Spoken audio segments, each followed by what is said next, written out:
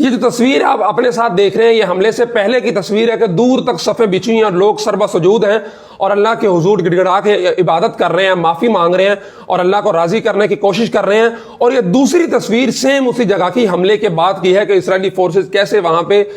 کھڑے ہوئے ہیں فاتحانہ انداز میں۔ یہاں پہ ایک چیز میں آپ کو دکھانا چاہتا ہوں جس نے مجھے بہت زیادہ متاثر کیا۔ یہ جو ویڈیو اس وقت آپ اپنے ساتھ دیکھ رہے ہیں، 7 سال کا بچہ ہے، اسرائیلی فورسز اس کو اپنے اندر سے دھکیلتی ہیں تو وہاں سے نکلتے ہی فوراً اس کے ہاتھ میں جو پتھر ہے وہ اسرائیلی فورسز کے منہ پہ مارتا ہے، اور یہ جو پتھر ہے یہ اس نے اسرائیلی فوجی کے منہ پر نہیں مارا بلکہ اس 7 سالہ بچے نے 70 سے زائد اسلامی ممالک کے منہ پر یہ تمانچہ مارا ہے کہ اگر تم بے حسی کی چادر اوڑھ کے سوتے رہو گے اور ہمارے ساتھ یہ ظلم و ستم کا بازار سرگرم رہے گا تو پھر یہ لو۔ 7 سال کا بچہ اپنے اندر اتنی ایمانی غیرت رکھتا ہے کہ بندوقوں کے سائے کے اندر، اور اسے پتہ ہے کہ میری اس حرکت کے بعد میں زندہ نہیں بچوں گا، لیکن اس 7 سال کے بچے کے اندر اتنی ایمانی غیرت اور اتنا حوصلہ، اتنی بہادری اور صحابہ والا جوش و جذبہ موجود ہے کہ وہ بغیر کسی ڈر خوف کے یہ پتھر اسرائیلی فوجی کے منہ پر مارتا ہے۔ یہ ایک اور تصویر دیکھیے، یہ 50-60 سالہ بزرگ ہے اور اتحیات کے اندر بیٹھا ہے، اپنی نماز کو پوری کر رہا ہے، ارد گرد اسرائیلی فوجی کھڑے ہوئے ہیں، بندوقیں تانے ہوئے ہیں،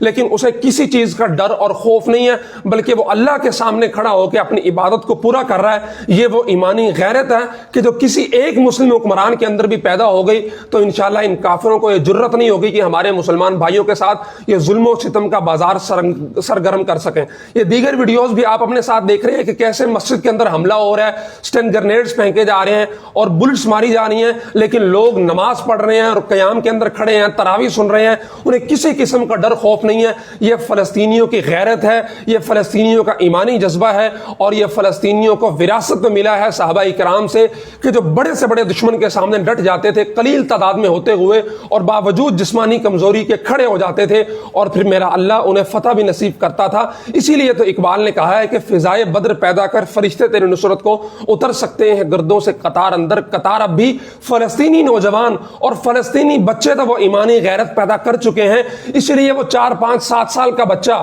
اور وہ 50 60 سال کا بوڑھا بندوقوں کے سائے کے اندر بھی بیٹھ کر نماز ادا کرتا ہے، اور وہ بچہ بندوقوں کے سائے کے اندر وہ پتھر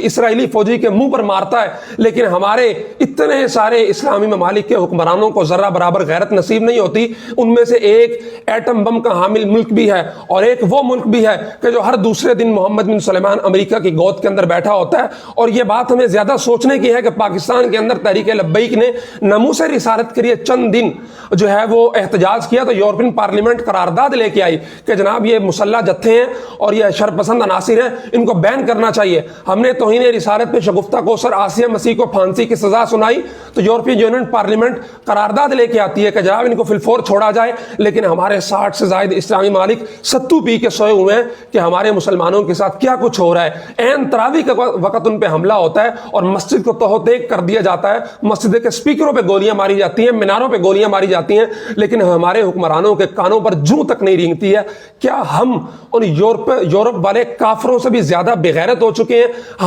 ہم یہ کیوں نہیں سمجھتے ہیں کہ یار ہم مسلمان ہیں اور کچھ نہ ہو ہمارے اندر کم از کم ایمانی غیرت موجود ہونی چاہیے؟ اور ایمانی غیرت یہ ہے کہ سندھ کے اندر ایک معصوم بچی کو اگر راجہ داہر اس کا دوپٹہ کھینچتا ہے تو مسلم حکمران کئی 1000 کلومیٹر سے محمد بن قاسم کو ایک لشکر دے کے بھیجتا ہے۔ یہ اسلامی غیرت ہے۔ ہمیں ممالک کو جو OIC کے ہیں، دیگر عرب پتی اور یہ جو جن کی کرنسی کویت کی کرنسی پوری دنیا کے اندر سب سے طاقتور ہے، اور محمد بن سلیمان تو دم نہیں بھرتے اسلامی ممالک کا ایک فوج بھی بنائی تھی انہوں نے 30-40 ممالک کو اکٹھا کر کے رحیل شریف کو اس کا سربراہ بنایا تھا۔ ہم یہ نہیں کہتے کہ آپ جا کے ان پہ ایٹم بم مار دیں، آپ جا کے ان کے ساتھ لڑائی شروع کر دیں، لیکن کم از کم آپ تھوڑی بہت ایمانی غیرت کا مظاہرہ تو کریں۔ آپ اس بچے جتنے باغیرت مت بنیں، آپ اس بچے جتنی ایمانی غیرت مت دکھائیں، لیکن کم از کم ایک مسلمان جتنی غیرت کا مظاہرہ کرتے ہوئے ان کے ساتھ احتجاج